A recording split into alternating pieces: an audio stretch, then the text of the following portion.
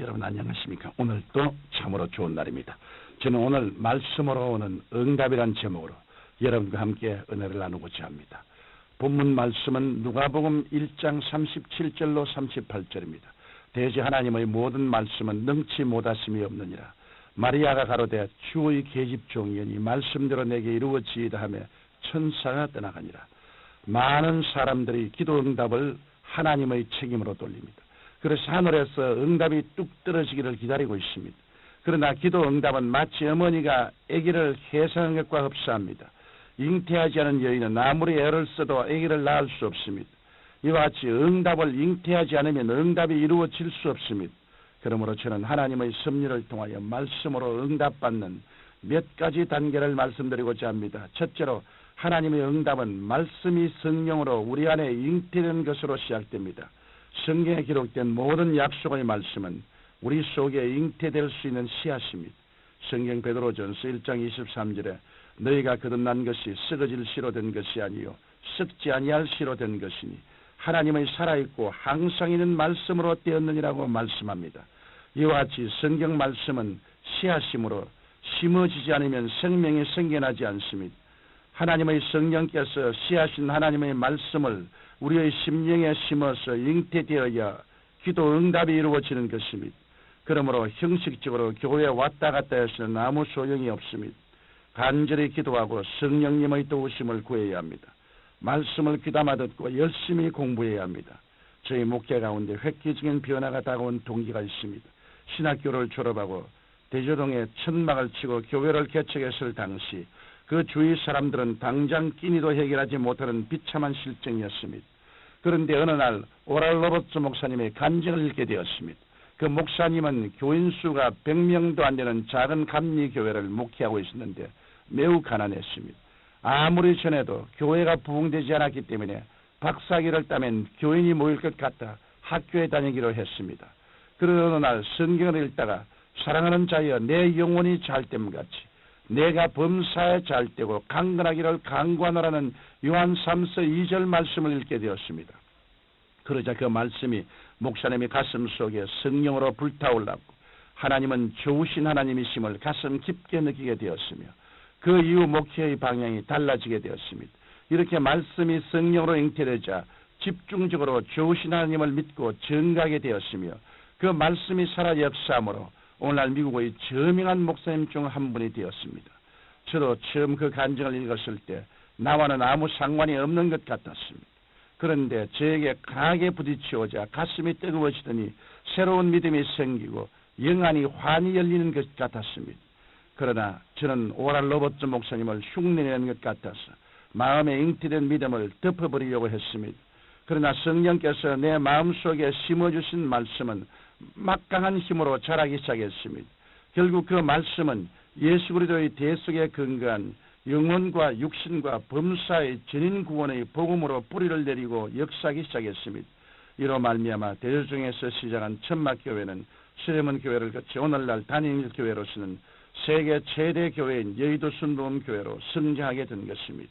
하나님의 응답은 주로 말씀으로 오는 것입니다. 그러므로 우리는 항상 기도하고 성령께 의지하여 말씀을 읽고 그 말씀에 귀를 기울여야 합니다.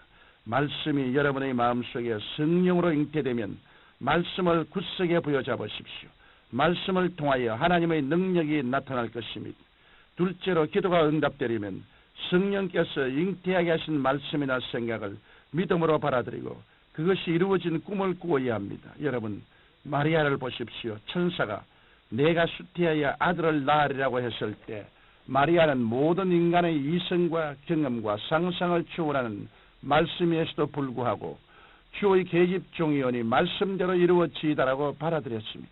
우리 성령께서 말씀을 주실 때 눈에는 아무 증거 안 보이고 귀에는 아무 소리 안 들리며 손에는 잡히는 것 없고 인간의 경험이나 상상으로 불가능한 일일지라도 내 것으로 받아들이고 입으로 시인할 때 하나님의 위대한 역사가 일어나는 것입니다. 로마나 독일, 영국 등은 예수 그리스도의 복음이 전파되었을 때 믿음으로 받아들임으로 세계적인 국가가 될 수 있었습니다. 우리 한국도 하나님의 말씀과 하나님께서 주신 선교 사명을 받아들이고 세계를 향한 선교를 함으로 오늘날의 부흥이 있게 된 것입니다.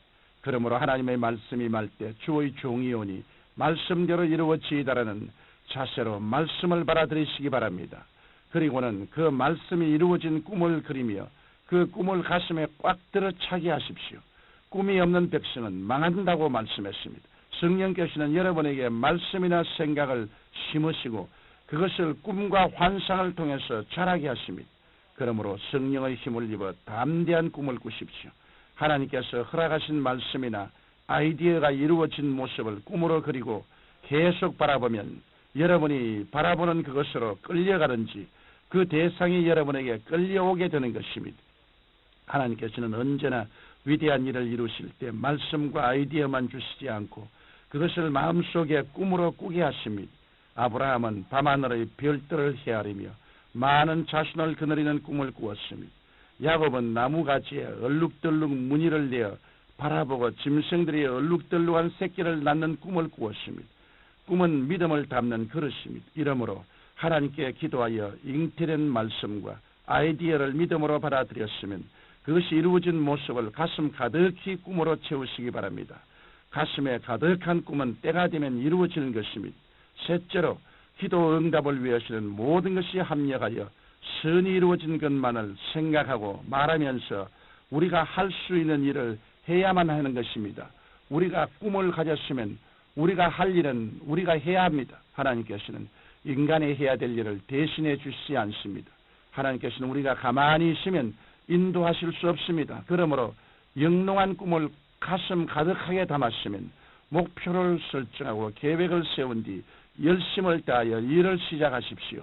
그러나 일을 할 때 잊지 말아야 할 것은 끊임없이 성공만을 생각하고 입으로 시인을 해야 한다는 것입니다. 잠시라도 실패를 생각하고 그것을 말해서는 아니 됩니다. 우리가 세상을 살면서 때로는 실패할 때도 있을 것입니다. 그러나 실패는 성공을 위한 수업료를 낸 것에 불과합니다. 어느 날 제게 심한 좌절감에 빠진 학생이 편지를 보내왔습니다.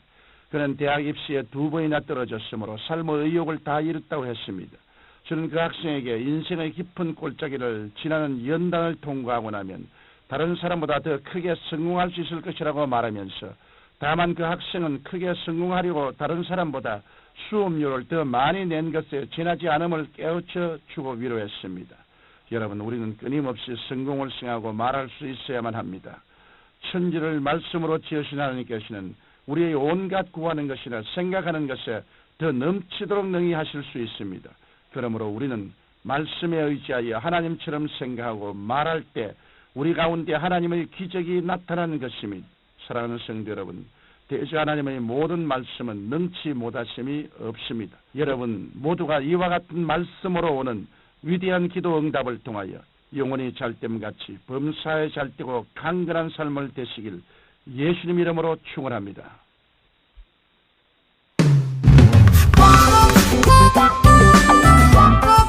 Bye.